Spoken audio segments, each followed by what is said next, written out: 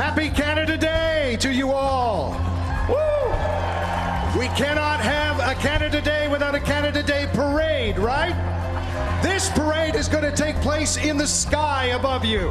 Oui, mesdames et messieurs, la Fête du Canada sans parade, ce n'est pas la Fête du Canada. Et cette parade, cette année, sera dans le ciel d'Ottawa.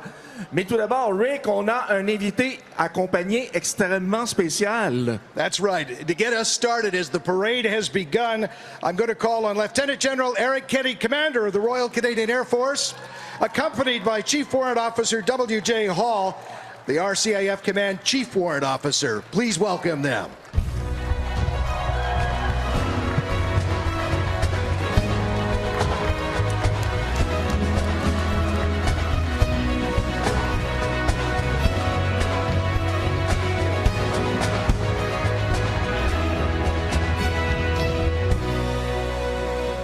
Happy birthday, Canada! I'm Lieutenant General Eric Kenney, the commander of your Royal Canadian Air Force. And I'm joined by Chief Warrant Officer John Hall, the Chief Warrant Officer of your Royal Canadian Air Force. And we are honored to be with you on this wonderful occasion, because we're not just marking another year of our nation's history, we're celebrating 100 years of your Royal Canadian Air Force. Comme vous voyez maintenant, nous aurons la chance d'assister à un spectacle aérien exceptionnel qui mettra en vedette plus de 45 aéronefs historiques, courants et futurs de l'aviation royale canadienne dans la région de la capitale nationale.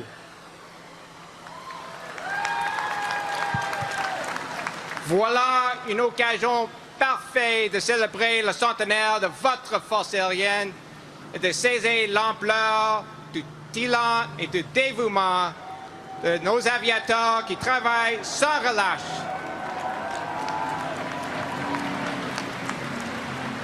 Pour que vos forces aériennes et spatiales soient toujours prêtes à servir le Canada et la population canadienne.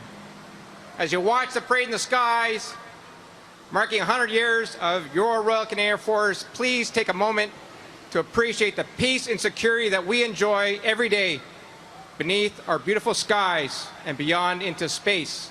And remember, no matter where life has brought you or will take you, we're all united under the same sky. Proudly Canadian. Happy birthday, Canada. Enjoy the parade in the sky. Thank you, General. Merci infiniment. Le lieutenant général A.J. Kenney et l'adjudant-chef W.J. Hall. As we continue the parade with the early World War II trainers, and the parade began, by the way, with the oldest aircraft that the RCAF flew, still flying today, the Gypsy Moth. Right now, though, the Mynarski Memorial Lancaster and B-25 of the Canadian Warplane Heritage Museum out of Hamilton. Mesdames et messieurs, au-dessus de nos têtes, le Lancaster, suivi du B-25 Mitchell. What you are seeing right now has taken over a year to plan. This parade in the sky, this RCAF Centennial flyby, features over 40 aircraft that have formed a path 100 kilometers in length, reaching almost back to Mirabel and the city of Montreal, spanning from just outside Montreal to Ottawa, and aircraft arriving from as far away as Switzerland, Jacksonville, Florida, and as close as Gatineau. It involves air traffic control combining with an RCAF controller and NAV Canada at Dorval, keeping it nice and safe. To celebrate this 100th anniversary of the Royal Canadian Air Force and to honor the men and women who serve this great nation. Effectivement, Rick, et c'est une immense machine d'horlogerie qu'on a préparée pour vous. Imaginez des circuits d'attente presque jusqu'à Mirabel, près de Montréal. Des avions avec des vitesses de croisière différentes, allant de 100 km/h à 400 km/h. Et on a tout orchestré ça pour les avoir un derrière l'autre dans le ciel d'Ottawa. Maintenant, vous allez voir les hélicoptères d'entraînement de l'aviation royale canadienne, le CH-139 Jet Ranger et le Bell CT-146. The CT-146 providing the second level of helicopter training in the Royal Canadian Air Force. Prior to trainees earning their wings, with glass cockpit displays, the CT-146 and the CT-139 Jet Ranger, these two training helicopters approaching the parade now right over us here at Le Breton Platz. The CT-139 single-engine trainer used to help Royal Canadian Air Force helicopter trainees earn their wings. Watch now as they fly over us. Mesdames et messieurs, le CH-139 Jet Ranger, l'hélicoptère d'entraînement monomoteur utilisé en vue d'aider les apprentis pilotes d'hélicoptères de l'aviation royale canadienne à obtenir leur brevet de pilote, et le Bell CT-146, l'hélicoptère d'entraînement qui permet de préparer les pilotes à mener des opérations à bord des appareils comme le Griffon, le Chinook, le Cyclone ou le Cormoran, qu'on le verra bientôt. Il est fabriqué d'ailleurs, le Bell CT-146, à Mirabel, au Québec. Speaking of the Cyclone, Michel, the CH-148 Cyclone, one of the most capable maritime helicopters in the world. It is Canada's main shipborne maritime helicopter, providing air support to the Royal Canadian Navy. You hear the size of this helicopter, and it is based at Patricia Bay, BC, Shearwater, Nova Scotia, and joined in the sky too. These two helicopters, the CH-148, the CH-149. Le CH-148 Cyclone figure parmi les hélicoptères maritimes les plus efficaces au monde. À titre, il est, depuis les années 2010, le principal hélicoptère maritime embarqué au Canada. Son travail consiste à apporter un soutien aérien à la Marine royale. Tandis que le CH-149 Cormoran est entré en service en 2015. Il est un hélicoptère de recherche et sauvetage à grande autonomie. Il peut être utilisé dans les conditions climatiques les plus difficiles et en fait l'hélicoptère idéal pour la géographie et le climat rigoureux du Canada. So the Cormorant and, of course, the Cyclone have passed us, and coming up now, larger still, the CH-147F Chinook, advanced multi-mission helicopter used to transport equipment and personnel during domestic or deployment operations. The CH-146 Griffin utility tactical transport helicopter.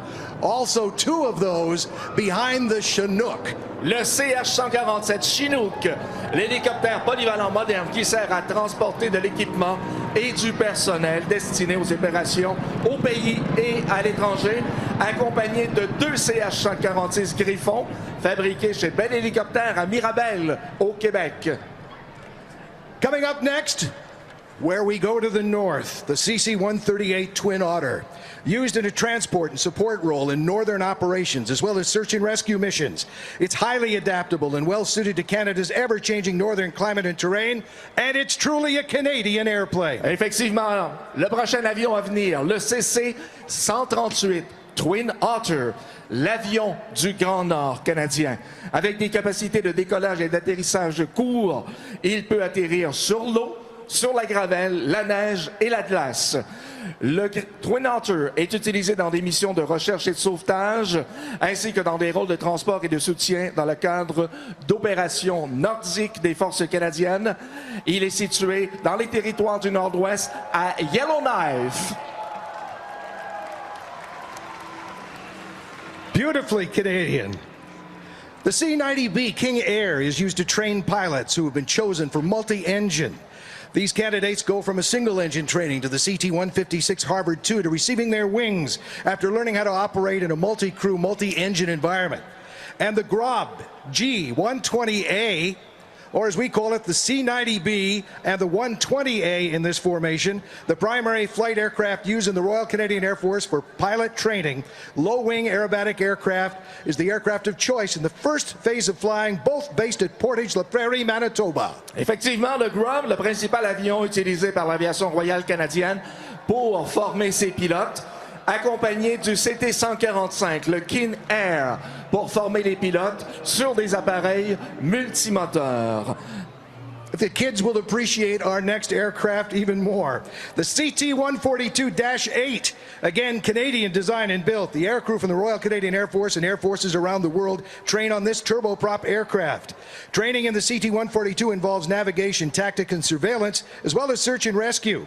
It employs a suite of onboard training computers and a large radar system housed in its long nose and earning the nickname Gonzo. Joining Gonzo is the CT-156, the Harvard II, the aircraft of choice to help new pilots move seamlessly from basic flight training to high-performance jet training. Oui, les deux prochains appareils, des appareils d'entraînement. Tout d'abord, le CT-156 Harvard II, appareil particulièrement indiqué pour aider les nouveaux pilotes à passer harmonieusement d'un entraînement de base à un pilotage sur des avions à réaction. Il est accompagné du CT-142-8. Remarquez le long nez bourré d'équipements pour la formation et on l'appelle le Gonzo. Another great successful Canadian story is the Challenger jet. The CC-144 Challenger is used to transport government officials and foreign dignitaries. It also supports military operations in Canada and around the world. It can quickly deliver passengers almost anywhere. The Challenger is based right here in Ottawa. Le prochain avion, le CC-144 Challenger, encore une réussite canadienne. Il sert au transport de représentants gouvernementaux, de dignitaires étrangers et il appuie également des opérations militaires nationales et internationales. Le Challenger peut assurer le transport rapide de passagers presque partout dans le monde. Quelques Challengers de l'aviation royale canadienne sont configurés de façon à intervenir dans des cas d'évacuation médicale d'urgence. Le Challenger a également pu soutenir de nombreuses interventions humanitaires et diplomatiques. Et il est basé ici même, à Ottawa.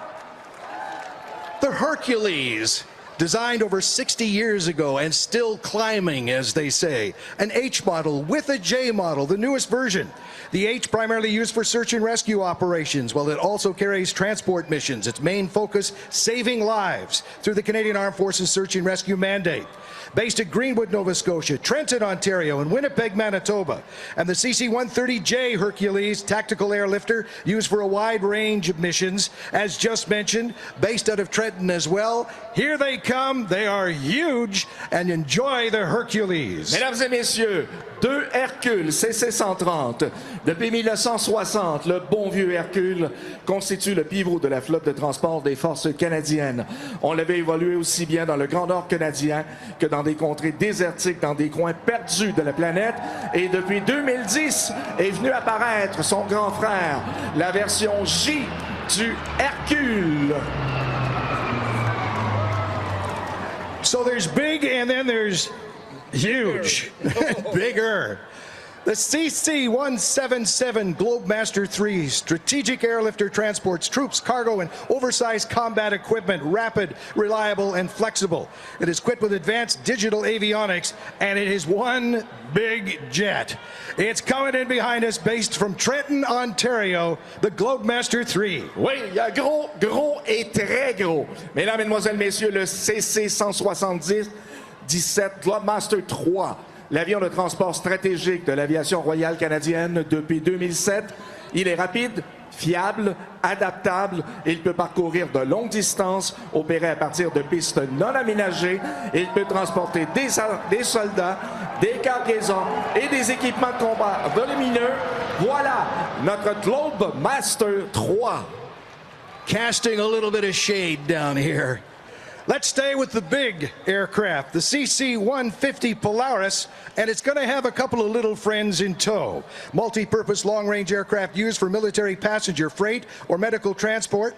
Two of the Royal Canadian Air Force's CC-150s are equipped for air-to-air refueling, and each carry enough fuel to ferry 4 CF-188 Hornet jet aircraft across the Atlantic Ocean.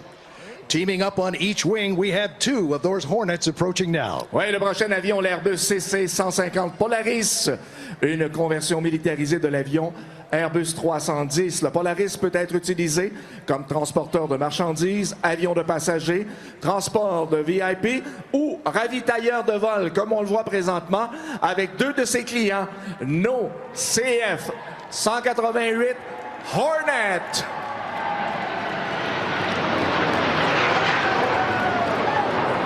The Polaris out of Trenton and out of Bagotville and Cold Lake are Hornets. The CC-330 Husky has a range of 13,900 kilometers. There is a refueling version coming soon, but right now this aircraft can carry aeromedical evacuation, minimum of 6 ambulatory patients, 2 critical care patients, 8 non-critical care patients, 144 passengers. It's getting larger still as we welcome the A330. Le prochain, le CC-330 Husky, le plus récent des avions de transport de l'aviation royale canadienne. Il peut franchir une distance de 13 900 km en transportant une charge utile de 10 tonnes. Il peut également transporter jusqu'à 250 passagers. Voici notre nouvelle acquisition, le CC-330 Husky.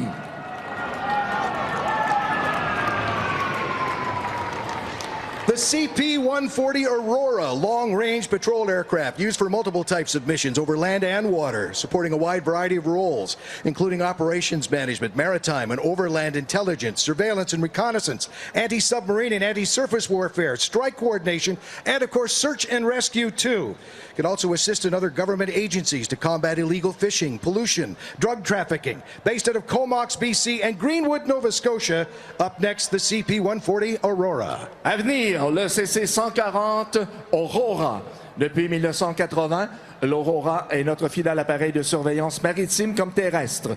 Sa mission principale, la surveillance de sous-marins, principalement dans l'océan Arctique, mais il est également très efficace dans la lutte anti-drogue, tout comme dans des opérations de recherche de sauvetage. Et il sera remplacé éventuellement à la fin des années 2020 par le Poséidon. Mesdames et messieurs, de Comox, Colombie-Britannique et Greenwood, Nouvelle-Écosse, le CC-140 Aurora. Shifting, of course, beginning with the past, moving to the present, and now looking into the future of RCAF aircraft all the way from Switzerland. The Pilatus PC-21 to train the next generation of military pilots. Develop the next-gen trainer, designed and built specifically with student pilots in mind. With Air Force budgets under continuous pressure, the PC-21 provides a cost-effective, highly efficient solution to get them to jets faster. On a eu les appareils d'hier, ceux d'aujourd'hui, et maintenant, les appareils de demain. Le Pilatus PC-21, le prochain avion d'entraînement de l'aviation royale canadienne, le plus canadien des avions suisses. Le turbopropulseur Pratt & Whitney de l'appareil a été fabriqué à Longueuil. L'avionique du PC-21 de nouvelle génération provient de CMC Électronique de Montréal. Le PC-21 est bien plus qu'un avion, c'est un véritable système de formation. Et il nous arrive directement de Suisse pour vous aujourd'hui. Next, the CC-295 Kingfisher, Canada's new search and rescue fleet, allowing the RCAF to conduct more effective search and rescue missions in all weather conditions, including reduced visibility at long range. They'll operate new fixed-wing fleet from 19-wing Comox, 17-wing Winnipeg, 8-wing Trenton, and 14-wing Greenwood. Coming up next, the Kingfisher. Le prochain appareil, le CC-295 Kingfisher. La nouvelle flotte canadienne de recherche et de sauvetage est composée de cet avion moderne. Il permettra à l'aviation royale canadienne d'effectuer des missions de recherche et de sauvetage avec beaucoup plus d'efficacité dans toutes les conditions météo, même en situation de visibilité réduite et sur de grandes distances, y compris dans l'Arctique canadien. Au moyen de capteurs intégrés, l'équipage sera en mesure de localiser des personnes et des objets dans un rayon de près de 40 km. Notre CC-295 Kingfisher. For our next, we go back to 1971. Colonel Owen Bradley O.B. Philp, commander of the Canadian Forces Base Moose Jaw, put together a team that would be Canada's aerial ambassadors. Oh yeah. The name of the team, contest held at local schools. Douglas Farmer, out in Saskatchewan, named the team the Snowbirds. Mesdames et messieurs, Et maintenant, les plus grands ambassadeurs de l'aviation royale canadienne depuis 1971, nos Snowbirds, accompagnés maintenant du CF-18 de démonstration 2024 aux couleurs du 100e anniversaire de l'aviation royale canadienne. Mesdames et messieurs, les Snowbirds et notre CF-18 de démonstration. Hornet 100 in the trail. Brent Handy leading the formation. Captain Caleb Robert, call sign Tango in the Centennial Hornet. Wow. Now looking again to the future, the P-8 Poseidon, a multi-mission maritime patrol and reconnaissance aircraft. Canada has finalized an agreement to acquire up to 16 of the aircraft you'll see next. This one has joined us to help celebrate the centennial from the U.S. Navy, based at Jacksonville, Florida, a P-8 Poseidon.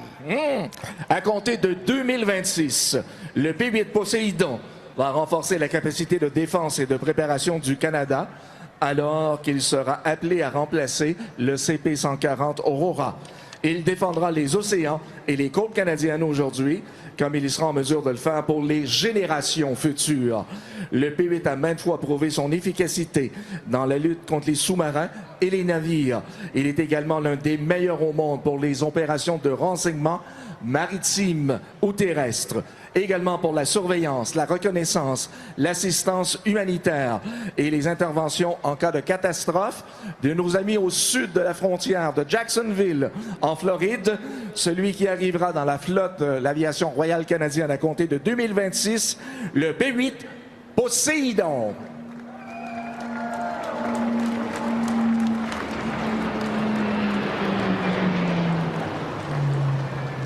In the development phase, test flown by a Canadian of note, Billy Flynn, a legend when it comes to test flying airplanes, helping develop a fifth-gen fighter. Test flown by Lockheed Martin chief test pilot Canadian Billy Flynn, the Lightning was developed by 9 nations, including Canada. It will replace our current CC-118 Hornets, and you're going to hear it loud and proud ×2, thanks to Vermont's Green Mountain Boys. Mesdames et messieurs, si vous avez des enfants, c'est peut-être le temps de leur boucher les oreilles. L'appareil le plus bruyant qu'on aura dans le ciel d'Ottawa, la prochaine génération de la puissance aérienne canadienne, le F-35, le prochain appareil à apparaître, avec une furtivité inégalée, des capteurs avancés, une vitesse supersonique et une portée accrue. Le F-35 est le chasseur le plus avancé, le plus sécure et connecté jamais construit. We should point out that these are the largest jet engines, single engines, ever put in a jet fighter. 5th gen has all sorts of things that help keep pilots even safer and returning home from missions. The next generation of fighters is truly impressive. Maximum takeoff weight, 189,000 pounds. 43,000 pounds of thrust coming out of these engines. 2 Lightning F-35A models coming in, and I understand getting here from Vermont, and they're pushing it up, and they're going to be coming in here at close to 350 to 400 knots. Le F-35, le moteur le plus gros à jamais avoir été installé sur un chasseur. 43 000 livres de poussée. Le F-35 est le chasseur de choix pour les alliés les plus proches du Canada. Les États-Unis, le Danemark, la Norvège utiliseront également le F-35 dans l'Arctique pour contrer les menaces de plus en plus sophistiquées des adversaires. On n'en aura pas un, mais 2 F-35, mesdames et messieurs. As outlined in Strong, Secure, Engaged, Canada has committed to the purchase of a new fleet of 88 advanced fighter jets for the RCAF, the Lightning II.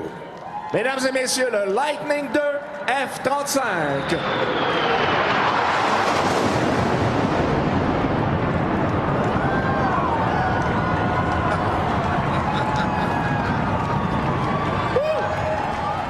Est-ce que vous sentez la vibration?